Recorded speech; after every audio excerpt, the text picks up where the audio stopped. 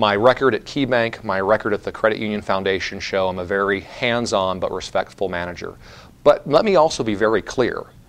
We have a budget problem in Pierce County, and I believe we also in some areas have some output problems in Pierce County. And if folks are looking for a very status quo county executive, I'm probably not going to be their first choice. Like to be their second choice or their third choice, but probably won't be their first choice for county executive.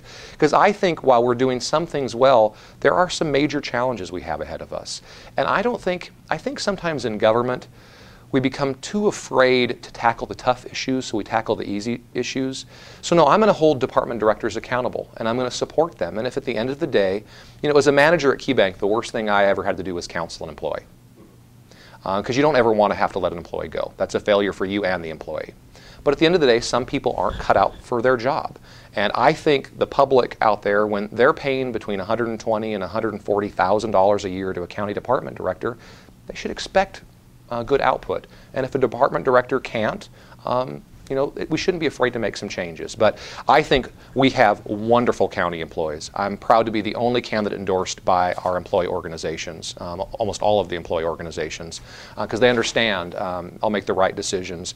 But there are some department directors who I will ask to leave, and I've been very candid about that.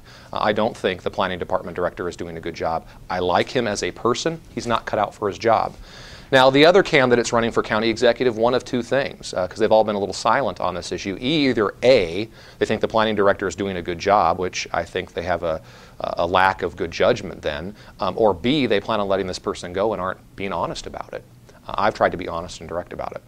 I think if you ask anybody out there, while we've made some minor improvements, it's been difficult at best to get that department to improve.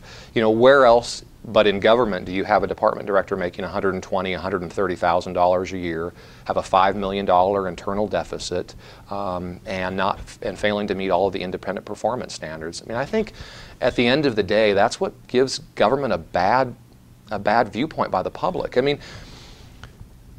The public doesn't make a differentiation between the county planning department, the city planning department, the fire district. They're all government. And the one part that most average people deal with county government is the planning department for a new garage or a deck. That's kind of our DMV. That's where the average person interacts. And if you ask most people who sit in that lobby for hours and hours and are told one thing one day and go back the next day, what a bad sense they get of government in general, which makes it harder if in the future we need to go back out to the public and ask for a levy for more public safety officers or for parks. And so I think we need to put our best foot forward and not be satisfied with what is a lackluster leadership at times.